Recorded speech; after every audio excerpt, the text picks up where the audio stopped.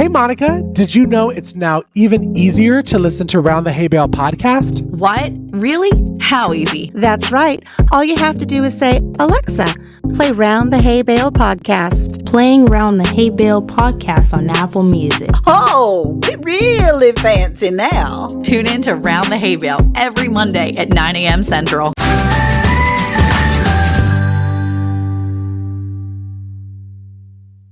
Round the Hay Bale Unscripted is brought to you by... With gardening season at an end, Cayce certified organic products are still what your soil needs. From overwintering fruit trees to preparing your soil for spring, Cayce calcium-based fertilizer gives the essential minerals they need to thrive. Applying Cayce to agricultural soils and water has been proven to increase plant and crop yields while making vegetables and grains healthier and more nutritious. In addition, Cayce can help restore the nutrient balance in animals when they are fed plants grown using Cayce in both soil and water. To check out all of Cayce's organic products, visit cayce.com and use the promo code HAYBALE for 10% off your purchase. Grab a cup of joe and gather round the hay bale with your hosts, Alicia from Country Mama Musings, Anne from Andale Homestead, Cayce from Ormsby Farms, and Monica from Bland's Promised Land Ranch. Now, here they are, unscripted. Hey, y'all. Hey! Hey, y'all. Hey, welcome back to Round the Hay Bale Season 4 Unscripted. I'm Alicia. What's up, y'all? It's Cayce. And I'm Monica. And Andale this week is out. She's on location at a homesteading little thing that she's got going on. So she's not with us, but we are joined by our very special guest. We have Troy over at Bar Run Forge, who is joining us to talk about generational homesteading. Welcome in, Troy. We thank you for being here. Hey, what a pleasure. So this week we're talking about the multi-generational homestead, talking about having many generations being on a homestead and how they're working together, how they have worked together, and maybe some expectations that were maybe bestowed upon the generation that is currently here. So Troy, as a what generation homesteader are you? Sixth Generation homesteader. As Yeah. a sixth generation homesteader, we want you to share with us, like, I know, right? So you're on the homestead. Is it the same exact place, the same location that's been in their family for all these years, or has it moved? Tell us a little bit about that. Yeah, everything is still pretty much the same. There's been some slight variations in the acreage over the 123 years or 20 some years that we've been here. But my great-great-grandfather purchased the farm that we're currently on in 1909. Prior to that, there was a 9-year period from 1900 to 1909 where another individual owned the farm who was related to us, but not directly related to us, very, very closely related. The 1900 all the way back to the Virginia Military Survey, another branch of our family owned the farm, which at that point was about 400 acres more than what the current farm is. So all in told, somewhere around 200 years here on this property and surrounding properties, minus a 9-year period, we would be considered a bicentennial farm here in Ohio. Wow. That's amazing. Now, Alicia's, you guys can't see this because we're obviously on video or on audio only here, and you can only hear us. But I'm going to tell you right now that Alicia is leaning in hard to this conversation. She loves history. She is. And She this is loves her this. jam. I mean, she's like leaning in. Like, if the closer she gets to the screen, the more she can hear Troy, because this is her jam. It is super exciting to think that you've been on the homestead for that long. And then I got to ask, what kind of pressure did you feel growing up to continue with the legacy? Yeah, at being now 50 years old, I start thinking about these time frames, and I think, okay, so we've been here 120 some years, or 120 years or so. I've been around half of that, and then my grandmother was born in the house where my mom and dad, where I grew up. My grandmother was born in that house. My father passed away in that house. So it's all these expectations, all the stories of my great-great-grandfather, my great-grandpa Barr, and then, my dad, there was a lot to live up to. And I'm the youngest of three kids, and the other two are farming and doing their own thing, other properties. So when it did fall upon me, it had kind of always done that. And Dad kind of prodded me along. Dad got his education in ag and animal science, as well as math and science as well. So not only did he grow up on the farm, he was educated in farming and agriculture, which added another thing. And my dad was a consummate teacher. He was a school teacher. He was a college professor as well. So there was constant information coming my way.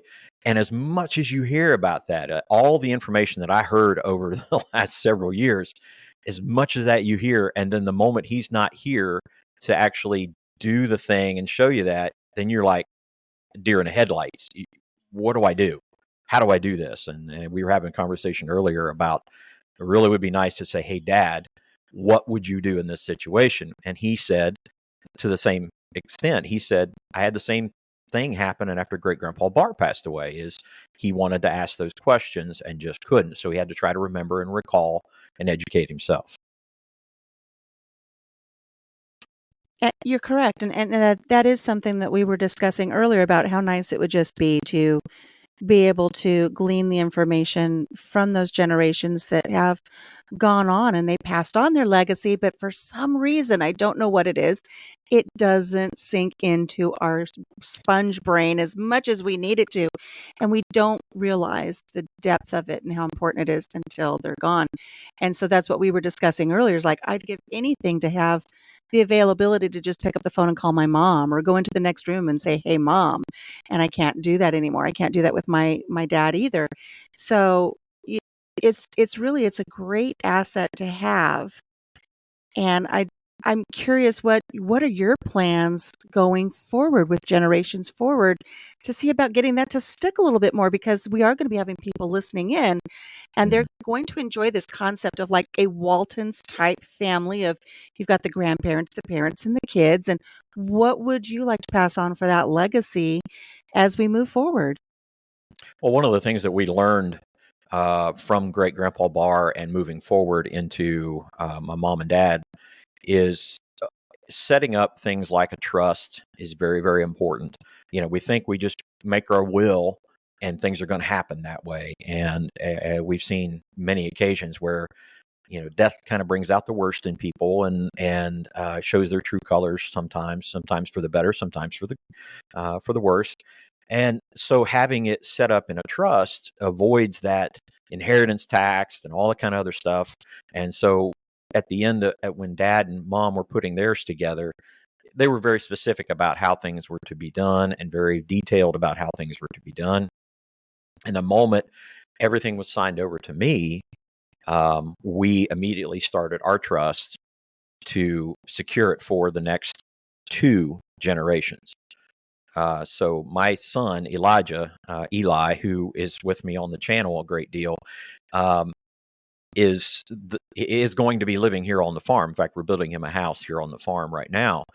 And so he's already set aside to be the farmer. Our daughter loves the farm, but she's a school psychologist and she doesn't have an intention to live here and farm here.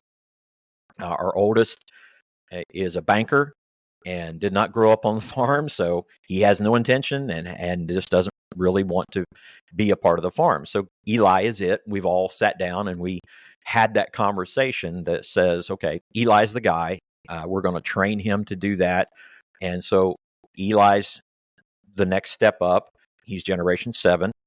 And so in the trust, we secured it for not only his generation, but for the generation following. So generation 7 and 8. And it's so important that you bring that up, because that is something that our oldest son has been talking to us about. We have our wills, we have everything put in place. And he said, Mom, you've got it set up wrong. We can't have it with the wills, because there are 4 sons, only 2 of them are local. The other are, 2,000 miles away. He says, I don't want it to be, if something happens to you and Dad, that we have to sell off the farm and everybody break the proceeds up into 4 equal pieces. You've got to get it into a trust. And I don't understand why my lawyer didn't have me set it up that way to begin with, and why it took a child I say child, he's 40 years old today, but for my son to say, Mom, this is what we need to do, because that is his desire, is to make this be a multi-generational farm. He does not want it to be broken apart. And, truthfully, with how small this farm is and as old as the farmhouse is, it would go to the first bidder and it would all be plowed down and turned into a cornfield. And that's just the hard truth.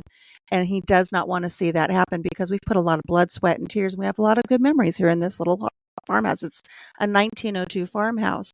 So it's important that you bring that up about the trust, because that is actually something that we're looking into doing. And thank you for lighting the fire under me on that one, because I know I need to do it here probably in the next couple months, make an appointment with my lawyer and get that taken care of. But, for our listeners, for those who don't have a farm or a larger homestead, and you're working, we've had this discussion before, where your homestead doesn't necessarily have to be on a large acreage. It doesn't have to be that Walton style, but you can have things that you pass down in the homestead life from generation to generation to generation. And Troy is a perfect example. My goodness, he's looking forward into the 8th and 9th generation. I think that's incredible. And Monica was right. I was leaning in earlier because I'm like, oh my gosh, do you have a plaque out in front of your farm that says it's a century farm? Because that's what we do here in Iowa. You drive by and you see the century farms. But I want to know, gosh, there's got to be a way you can get those 9 years somehow put back in so you could have that bicentennial farm. That is a wonderful legacy. I want you to do that. Can you do that for me? Yeah, we actually are doing some research. We have the Centennial Farm designation here in Ohio, and we qualify for that, and we do have that placard. We are trying to find a way to make that 9-year period, even though it was part of the family, not direct family. Ohio's designation has to do with continuous operation within the family. So we're trying to establish that it never left the family and it was in continuous operation. If we can establish that 1900 to 1909, we won't be a sesquicentennial family. We will be a bicentennial farm here in Ohio, That's so cool. of which I think there are 6 in the state. That's That's amazing. amazing. That's crazy. And So- can I just say sesquicennial? It's a fun word to say. It's a fun word to say, isn't it? My goodness. It is. Oh, okay. So thinking about it, you were saying that, Eli is like the guy, right? He's like the next guy. And out of your family, you were the guy. But like, how do you decide that? I mean, I got 8 kids. Look, I realize that this farm that we're on, this Is homestead it like that a we're on- rocks, paper, scissors kind of thing? Yeah, I mean, or- like that would be a long tournament here. Like that would be a thing. I mean, look, I'm gonna be honest with you. I know my son Caleb, my oldest, he's not interested. The first 3 kids of mine didn't grow up on the farm. They grew up outside of Baltimore. They're not interested. Luke, the number 2, he's getting ready to get married next year, and he's just kind of like, Mom, I'm doing my thing. I want to do computers. He's not interested. His wife is not like, yay, let's farm. My daughter, she's a photographer. That's not her jam either, and that's fine.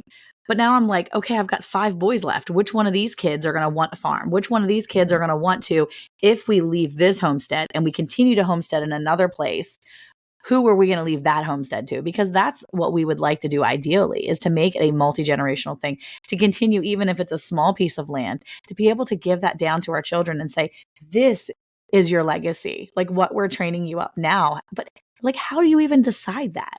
Like, did he like show signs? Like Eli was like the kid that always got super dirty, or he was just like naughty kid? Like, how did you decide? Like, Eli was always, and still kind of always is, that calming effect. He is the guy who is level-headed almost all the time.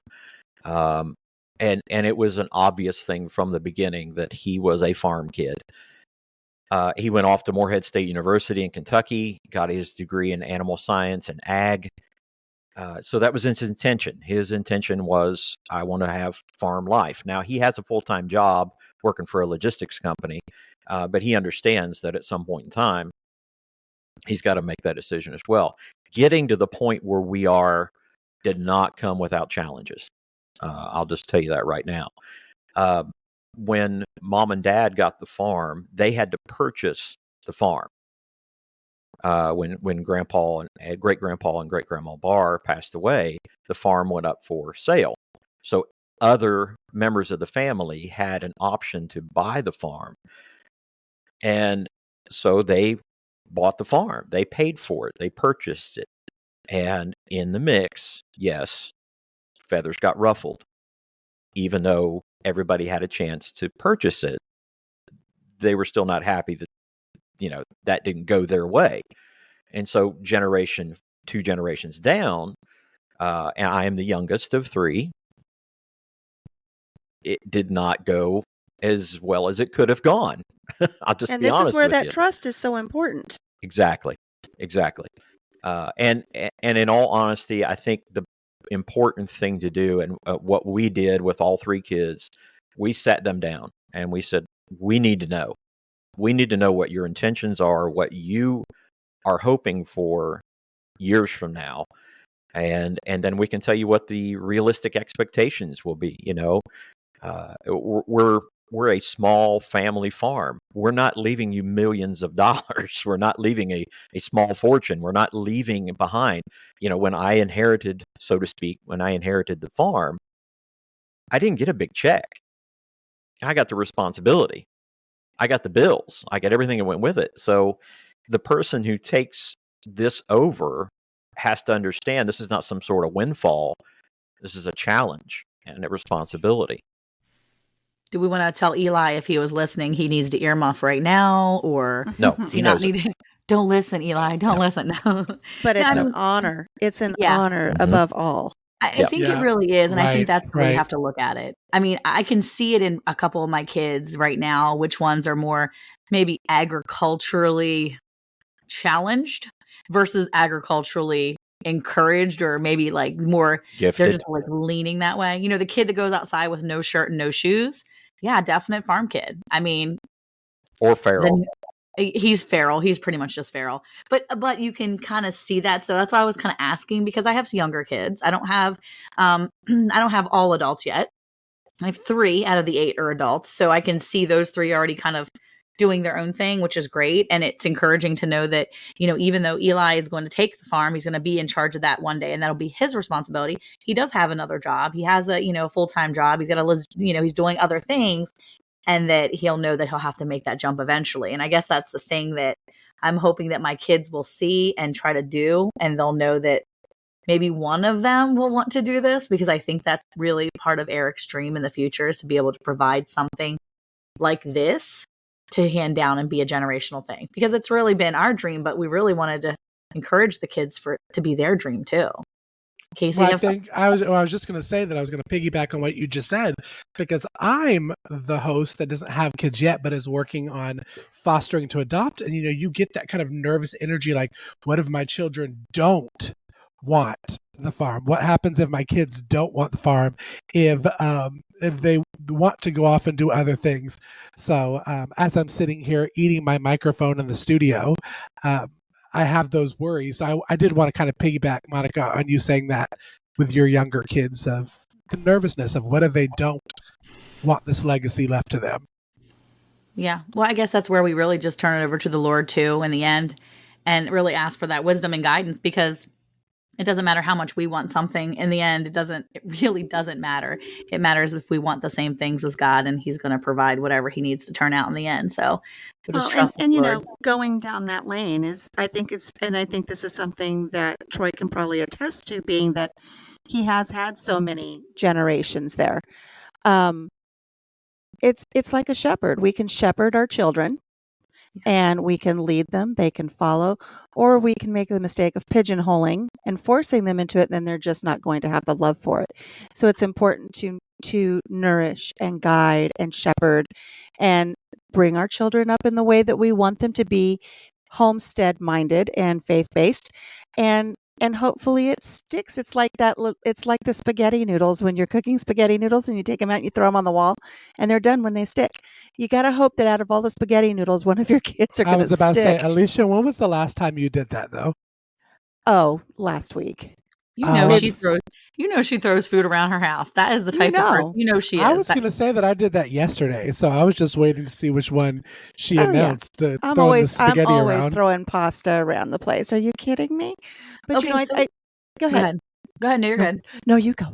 Well, I was going to ask, so to look at all the, the generational stuff, right? We've got all these things and we're looking at look ahead. How do you, when your kids were young, Troy, and when you were younger, how were some of the ways that your parents and you as a parent really encouraged your kids or incorporated your kids in the farm life to kind That's a of great question. see what they were doing? Because I know how last episode we talked about, parenting and having those moments on the homestead with your kids with Ann Dale. And so now I'm thinking, okay, looking ahead as a generational thing or coming back from the generational thing from that perspective, how were you encouraged? And then how did you encourage your kids to be involved?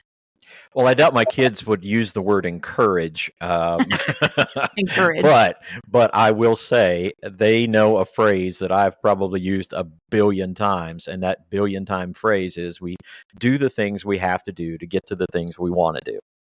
Oh, that's a good And I one. think that's not just a homesteading thing or a farm thing. It should be the type of thing that we operate with on a daily basis. We're fine. We're fine going and having fun. We're an outdoor group. We love to go kayaking, canoeing, backpacking. We love being outside and doing trips and things like that. So we get the things done. We do the things we have to do to get to the things we want to do. And I think that was my dad's philosophy, but he never really spoke it. It was just, we just did it. It was always a funny thing that my dad rarely ever cooked. But on Saturday morning, if we woke up to the smell of bacon and eggs and hash browns, we went ahead and put our work clothes on because we knew Dad was cooking, which meant we got a big day ahead of us. Now, on the same end of things, our day usually stopped midday because my dad was an absolute Looney Tunes fan, a fanatic about Looney Tunes. He loved Bugs Bunny, and that was on at 11 o'clock every Saturday morning. So he would kind of gear our day and hoped Mom would have lunch ready around 11 o'clock or so that we could be in to watch Looney Tunes and eat lunch and then go back out and work. Now, I didn't always work out that way, but that was an evidence of do the things you have to do to get to the things you want to do, because we enjoyed those things and we did enjoy things, but we got the work done. That's awesome. Okay, so did you do that same thing with your kids? Did you have anything that you were? First of all, Did we watch Looney Tunes? Yeah. No, that's the breakfast thing. No. Because Eric does that now. So on a Saturday morning, the kids know that if Eric is making his breakfast, we are not in trouble. We are in for a lot to do. And he's in there with his eggs and he's grinding his sausage up in a little chunk so we can throw it into his big omelet, and he'll make a 4-egg omelet and he's dishing out there. Who wants breakfast? And I'm like, oh no, we have a lot. What do we have on the chalkboard today, Eric? Because I'm looking and waiting for the list of things. But that's what he does. And we know that's like a trigger in our mind. Okay, we're doing something big today because he's out there making breakfast for himself because he wants a hearty breakfast. But did you do that? Did you kind of do the same thing with your kids where there was something that they knew? No, I never messed with that. I got up and I was always outside. I have this issue. I'm a maniac, and I don't have much of a throttle. It's pretty much full blast all day, and then when you're ready to fall down, you go inside and you go to bed. And so a lot of times, and it's a fault. I have to watch that because I will literally wear myself down without paying attention to it. And so what I ended up doing a lot of times was I kind of played the little bit of a guilt trip. So, well, Dad's outside. Dad's been out there working for 2 hours. We better get our crap together and go out there and get to work. And this is kind of how it worked. Did you ever come in and remind everybody that's what you were doing? Did you ever come inside and remind everybody that you were outside? No. It was your wife. Was it your wife's job to remind everybody that you were outside working your tail off? There were occasions she would say, "Has anybody seen your dad? Anybody know where your dad is?" And that was kind of a hint, hint, wink, wink. Like, oh yeah, he's outside busting his tail. Yeah, he's outside busting his tail. What are you doing? Yeah. My favorite is when the kids come inside and Eric's like outside still. And I'm like, hey, did you guys just leave your dad? And they're like, well, yeah, he said we were about done. We were about done means like he's still got like another 2 hours of whatever he's still doing, and he's going to be out there until he falls down. So Abigail and I are the dutiful people inside that are trying to get inside stuff done, and we constantly take water out or things so that he doesn't die. Because I'm like, well, Dad's almost killed himself twice today because he's not drinking enough or whatever. So I'm like sitting here shaking my head like as soon as you said that, because that's been our thing. If he doesn't come in and remind anybody ever that he's working, usually I'm like, hi, did you guys leave your dad? Did you leave your dad? But he always says to them, you don't leave someone outside. If someone's outside working, you're out as a team. You all talk to each other and you communicate and you go in together. Or you say, hey, I need to go inside. I'll be back out. We have to keep that communication. So we try to do that with the kids, where we teach them to communicate with one another when you're doing those outside chores, because we're working as a team. It doesn't always work that way. But we try. My kids say I have the look. And the look can mean a whole lot of different things. It can mean, oh, you're going inside? Oh, okay. Like, okay, you go ahead, go on inside.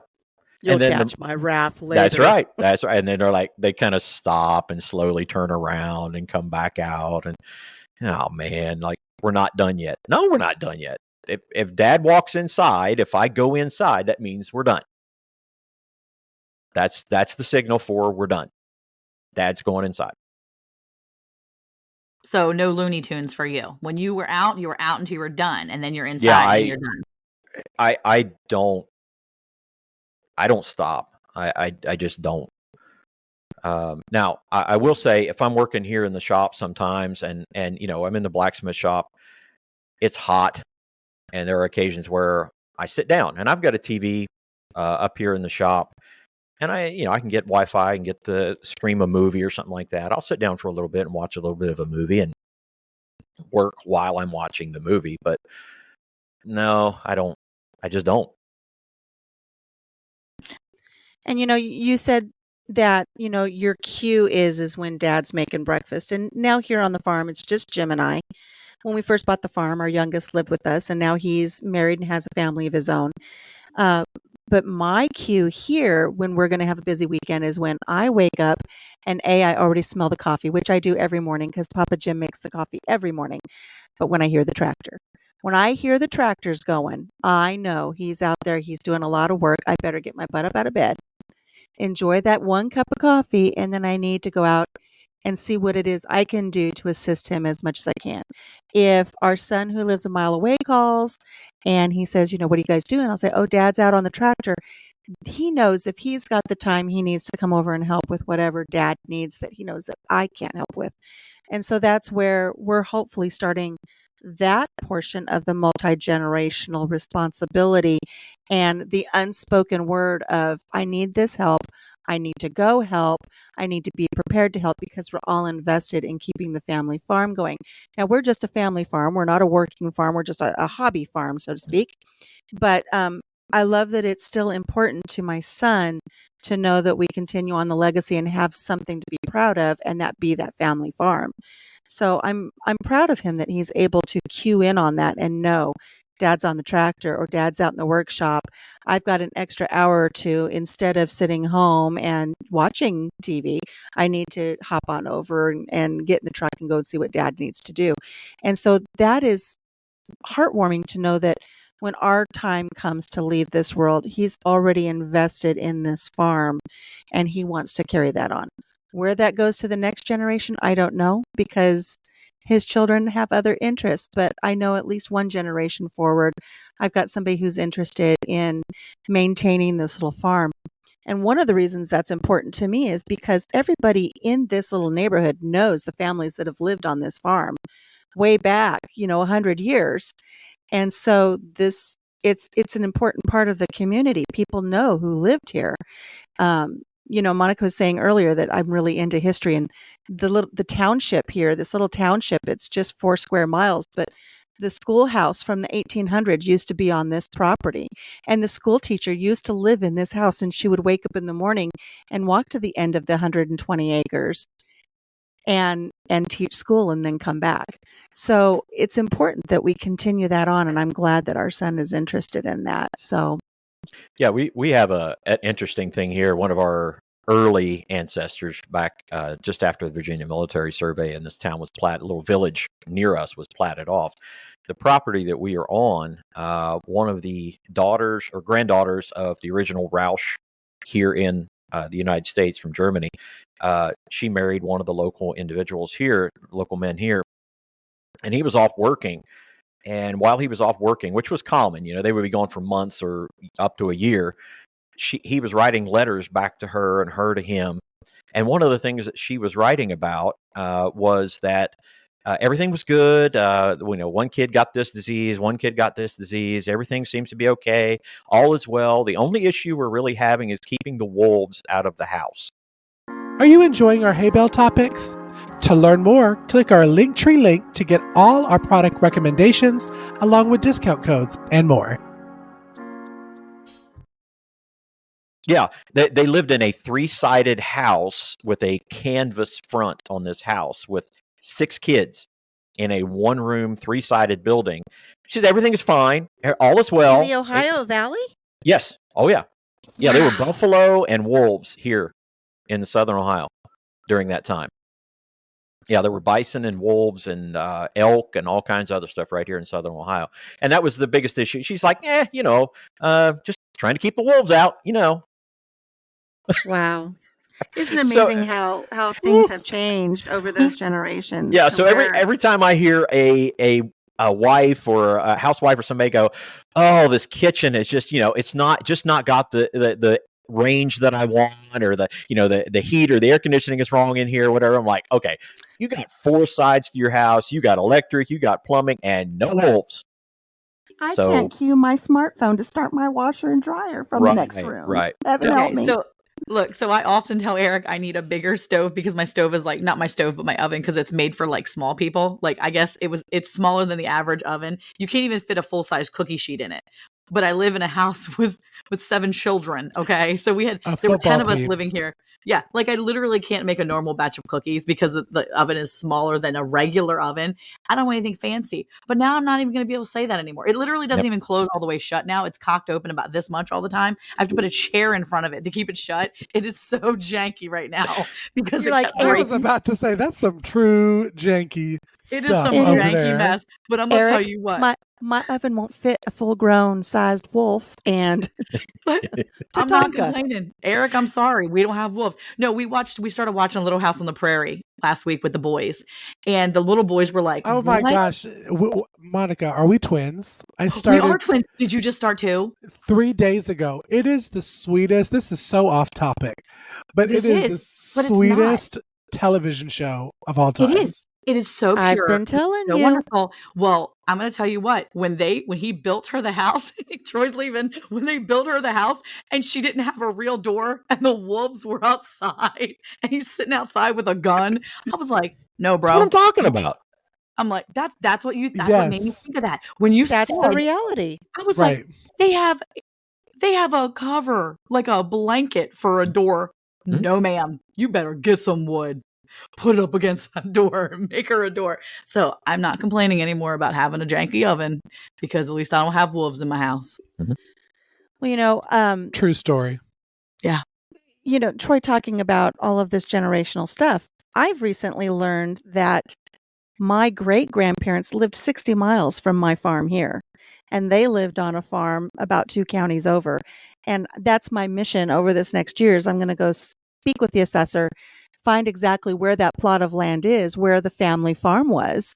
And I want to go out and have like an ancestral hermitage to go out to the family farm. And they left that farm here in Iowa to go to, just like you're talking about, Troy, a little ramshackle 3-sided doohickey-doo up by the Canadian border in North Dakota. And they suffered immensely. They only made it through their first winter and then came back to Iowa.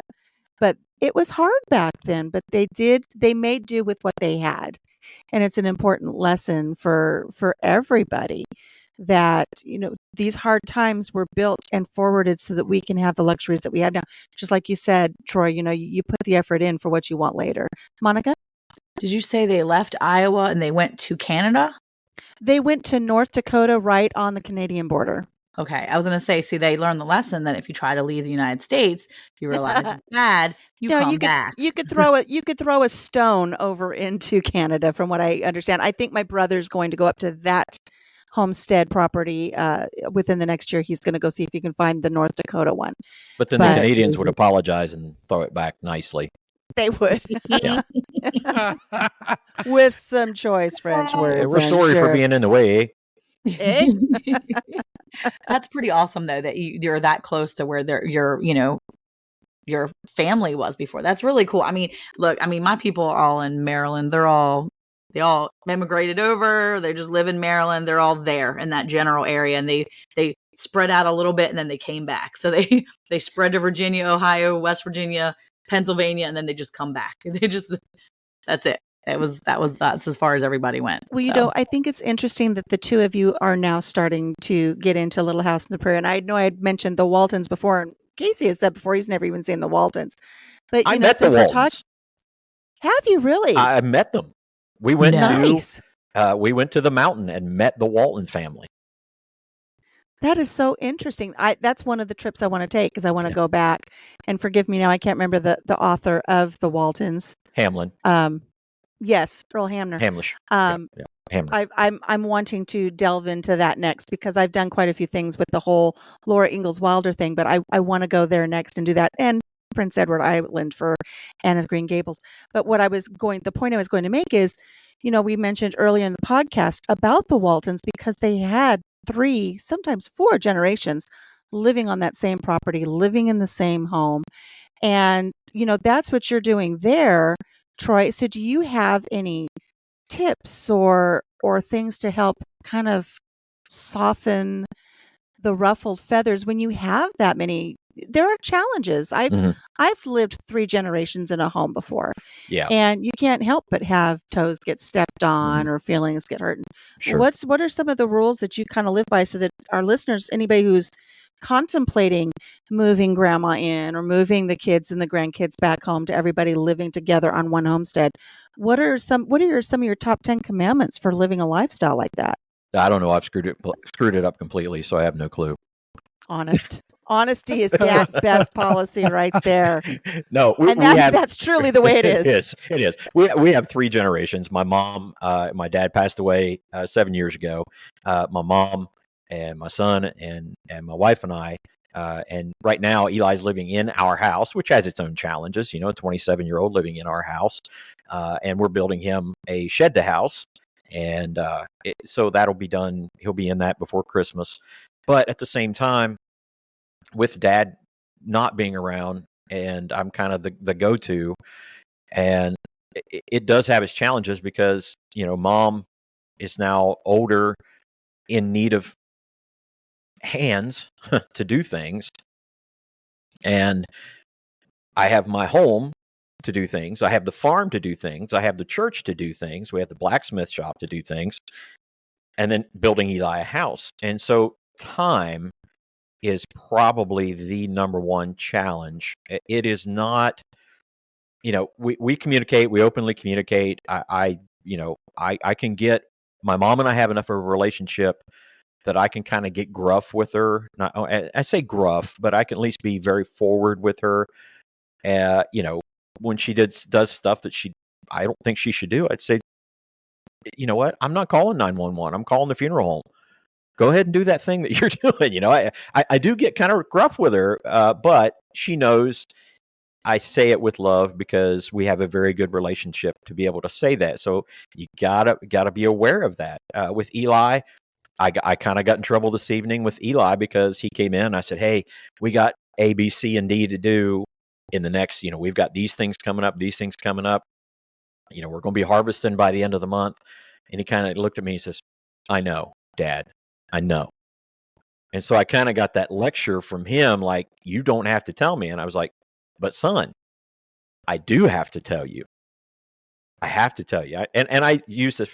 I said, we got to be careful about our extracurriculars over the next month, because we have a ton to do. In other words, we got more of the things we have to do ahead of us, and we can't do the things we want to do right now.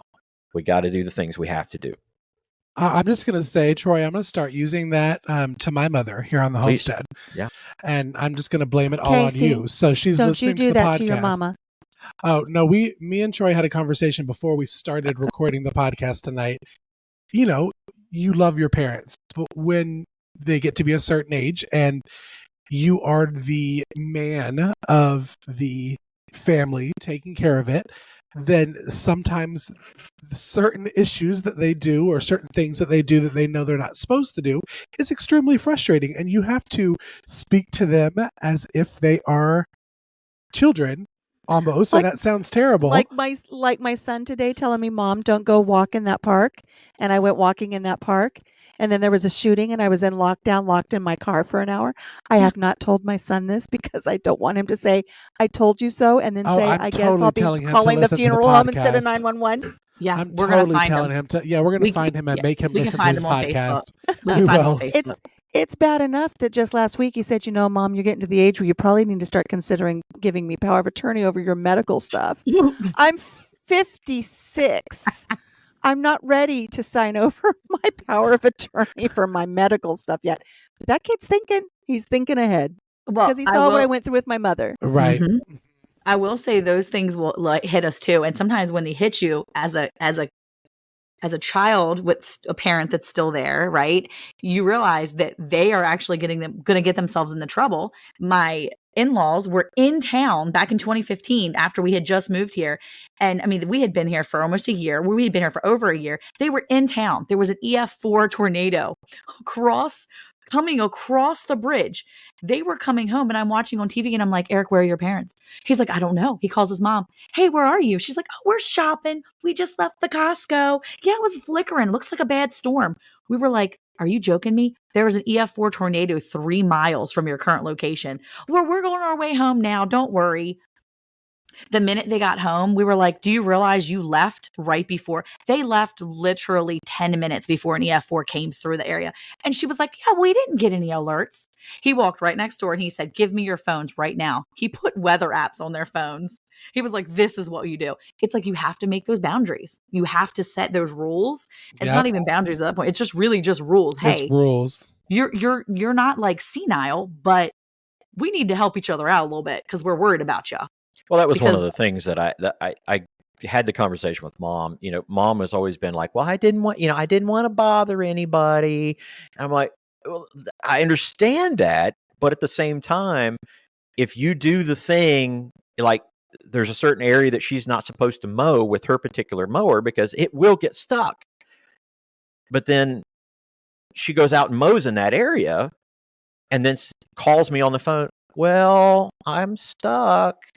And I just, but you weren't supposed to mow in that area because you get stuck in that area. And then I have to come. So that I didn't want to bother anybody becomes you created more work. You created another thing. And I'm already, I'm already Full of thin. things. Yes. You know, Lots my of husband things. has the answer to that. You know what he's told me? You're not allowed to mow in this area because so-and-so from work, his wife did that. She mowed in this area and her mower tipped over and trapped her and she's gone now. So, and it scares me. And so now I don't mow in that area because the reality is that's what happens. That wouldn't faze her. I was about to It say it wouldn't wouldn't faze her, phase huh? No. It wouldn't phase my mother either. Sorry. I don't mow there now. I listen because I don't want to be underneath a mower. See, that would be my grandfather. He's 91. And anytime my mom says something like, Dad, you can't do that on your own. You're going to kill yourself. And he's like, well, he'll be like, you get me to heaven faster. I'm like, Yep. that is not the correct answer we want to hear, sir. Yep. But sometimes you just can't say that to people because they don't care. Yeah. And also I think we have to be aware, and sorry for interrupting there, Monica. I think we do have to be aware. Like my grandpa was 94 when he passed away, and 3 months prior to him passing, he fell off a ladder cleaning his gutters, which was typical. It was standard. We didn't even think about it, but and that's not what killed him. I mean, it was just another thing that happened with Pap. But we have to also understand that there is a certain group of individuals, if they are the go-getters and they've worked hard their entire life, all of a sudden for them to start saying, somebody else to start saying to them, hey, you need to knock that off and stop doing this and stop doing that. You're taking a pretty big shot at their pride, at their heart, Their independence. Yeah. And I'll try to say this the right way. Being 50, 50 is a thing. When you jump over that 50 mark, you start seeing things happen in your life physically that, okay, yeah, I can't do what I did when I was 25 or 30. And I have to be able to start pacing myself, but I don't want to do that. I want to just keep going and going and going and going and going. And so I know there's going to come a point in time where Eli is going to look at me and say, Dad, you can't do that. And I'm going to have to look at him and say, okay, you're going to have to stop me. You're going to have to stop me from doing that. And then I'm going to be my mom. I'm going to be my grandpa. You're going to literally be the person we're just talking about now, saying that you can't say that to them because they're not going to stop. You've prequeled all of that. I want to live to 100 just to annoy people. And see, Jim and I are on the cusp of that at 56 and 58, and that's what the boys are starting to do to us. And it's a scary thing, and it's something that I've just relayed to someone recently because my son's mother-in-law passed away, and they've moved the father in with them. And my son says, well, we're having to do this, and we're having to do that, and we're going to sell his car. I said, you can't take away all of his independence. He's just lost his wife. Mm-hmm. You can't take the car. You can't take all of his belongings because now he's moving in with you, because now you're a 3-generation home. And you have to be careful with stepping on those toes. And so I'm that generation coming up, and my kids are going to be the ones that are going to start putting those limitations on me. So it's interesting to hear Troy talk about how he has to be firm with his mother, yet loving, and put some of those things into place. And it sounds like sometimes she reacts okay, but other times she's still kind of strong-headed on how she wants to do things. And we have to understand that that's the way those generations were. It changes with every generation, and the level of independence and the mode of independence are different every generation. I think that's what keeps a lot of them alive as long as they stay alive too. Like many of the older couples here in the town where I live, late 80s, some early 90s, and are still planting the size garden that I plant. Both Monica and Alicia have seen that size. It's no 200-acre property. We've seen that size, Cayce. Thank you, Alicia. You're welcome. Yeah, Unscripted. Being 80, I hope and pray that I am still able at 80-something years old to be able to get out there and plant the tomatoes. And I think that's what has kept them alive so long, is being able to do that. And yes, you're always going to get your kids telling you what you should and should not do. I saved the fact my aunt used to tell us when we were younger, y'all don't get hurt on the weekends. The hospital closes on the weekends. And I truly believed it until I was about 19 years old. And I'm totally going to use that with my children too. Don't y'all be getting hurt on the weekend that's closed. It's closed. We can't go. I tell my kids, I'm like, y'all, look, if you're going to get hurt, make it big, because I'm going to pay a copay. And you need to make it worth the copay is all I'm trying to say. Make it worth my copay. Make it worth $110 right now. I'll share a story. Monica's not surprised. I'm going to tell a story. My great uncle, Willie, he looked exactly like Grandpa from Hee Haw. And he was the spitting image of that guy. But he was a dairy farmer. And the love story, I'll tell you that real quick. This is weird. He met his love of his life at a church picnic. She was 9. He was 18. And he waited 10 years to court her, paid for his farm in that time, and did the whole thing. I mean, went to her dad, the whole bit. And it's an absolutely gorgeous story. I know it sounds like it's kind of a nasty thing that the 18-year-old was after the 9-year-old. But, they knew the family, all that kind of fun stuff. It really is a beautiful story. And we're going to get letters. Yes. And they were inseparable. I mean, they could not have been a more perfect couple for each other. And at 91, Uncle Willie called my dad and said, "Hey, I need you to take me to town and to the stockyard. I need to buy some new heifers for his dairy herd." At 91. Now, if you know anything about dairy cows, you get a good 4, 5, 6 good years out of a dairy cow. He died at 97. You're doing the math, right? He bought cows. He bought a whole new herd of dairy cows at 91 and just about wore them out. Yeah. Yeah. And at 92, he was up on the hula hoop became a thing, and he was up on the table, the picnic table, showing the young kids how to do the hula hoop at 92. Oh, these are fun family get-togethers. It is my fun. Yeah. goodness. So at one morning, he went out and did the milking, and he wore these little wire rim glasses and did the milking, sat down on a bale of straw, took his glasses off, put them in his lap, and slumped over. That was the end of it. At 97? 97. Milked the cows one morning, sat down on the straw bale, and just fell asleep. Well, they were 6-year-old milk cows. He probably Correct. wore him out trying to just milk them. He was like getting a little tongue Yeah. over there. Yeah. That's what killed him. If he'd have bought new cows at 95, he'd have been fine till 100. 1 month I'm gonna later, behave myself. 1 month later, Ann Edith Thank you, passed Dr. away. Monica. Wait, 1 month later, 1 his month wife later, passed away? Ann Edith passed away. Oh. They were an absolute pair. It was Inseparable. Yep. There you go. Yeah, and she was That's healthy as a often the horse. I case. mean, she was healthy as she could be. He wasn't around.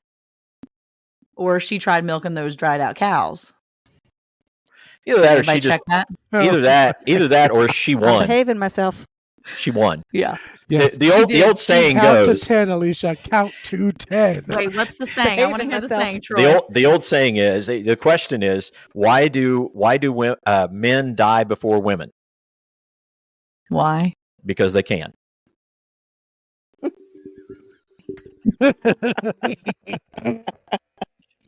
Oh my If y'all could word. only see Monica's face right about now. Oh my word. Oh my goodness. Well, I guess he won I guess. He Yes, won. you're right. because Yeah. he beat her. Yeah. Well, my grandfather, he's 91, and he lost his last sister earlier this year, and she was going in for surgery, and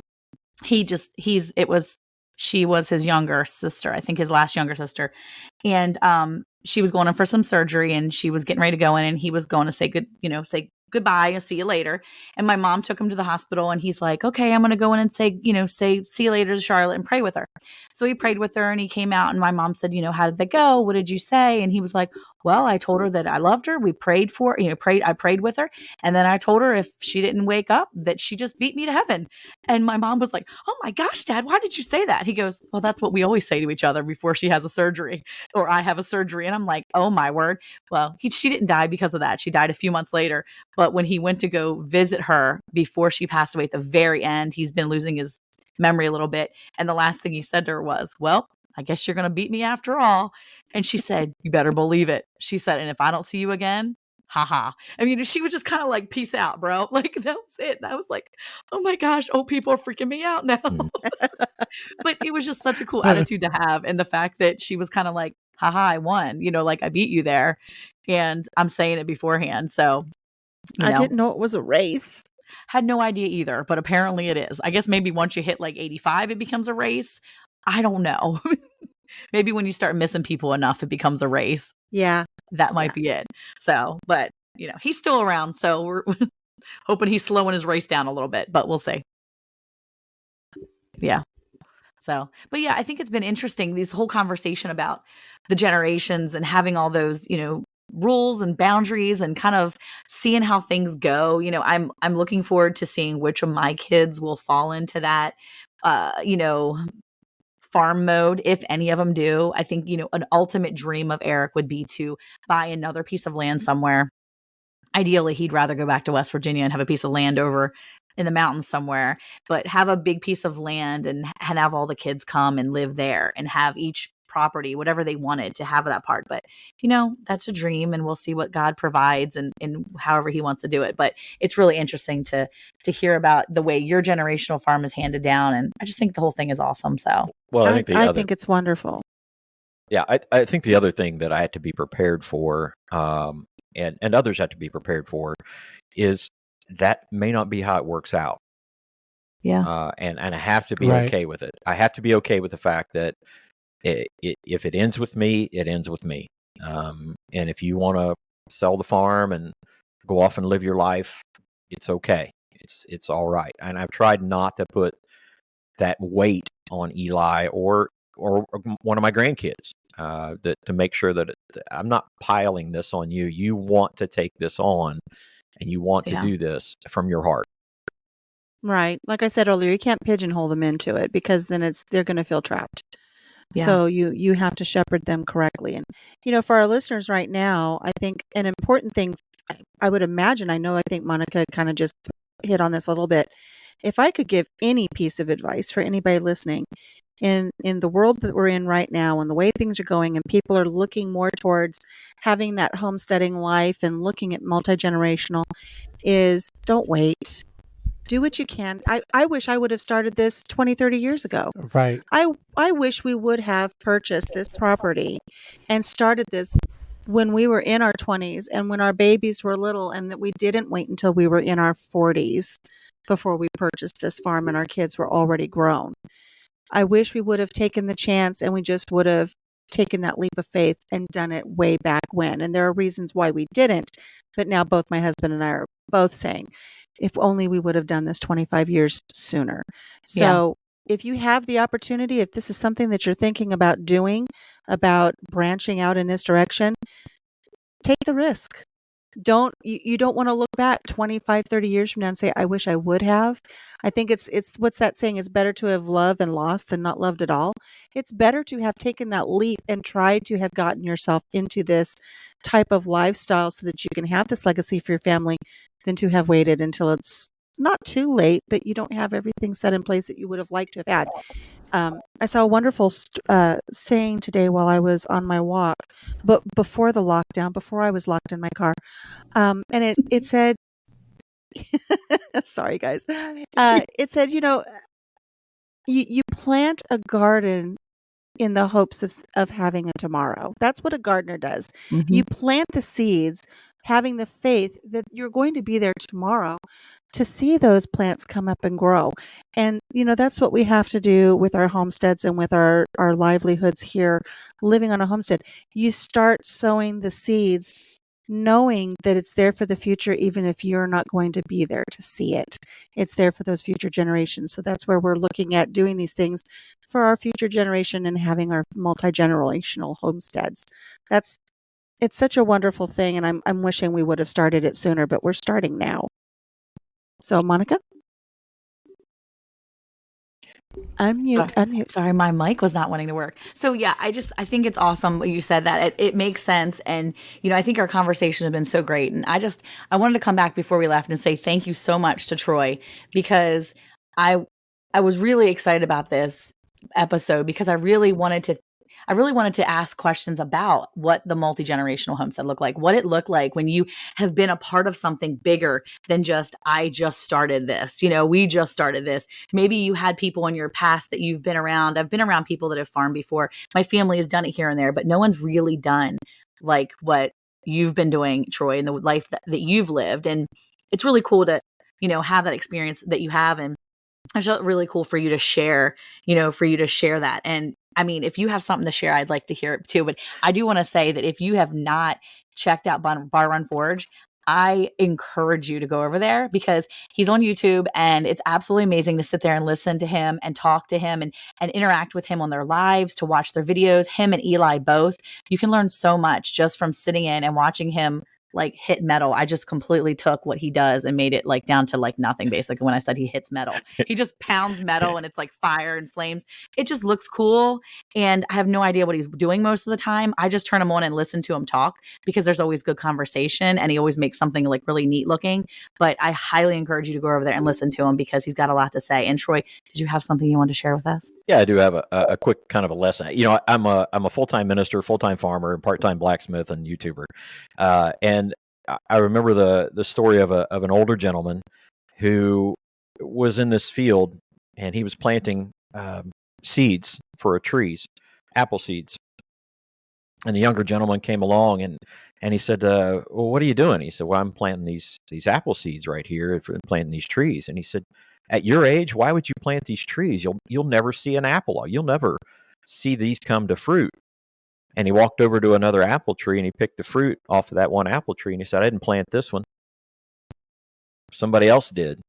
Somebody else planted that tree, but I got to reap the benefits. And so I think it's important for us to, even at a later stage, even at a certain point in our life, even if it takes us planting seeds now that we'll never see the fruit of, plant them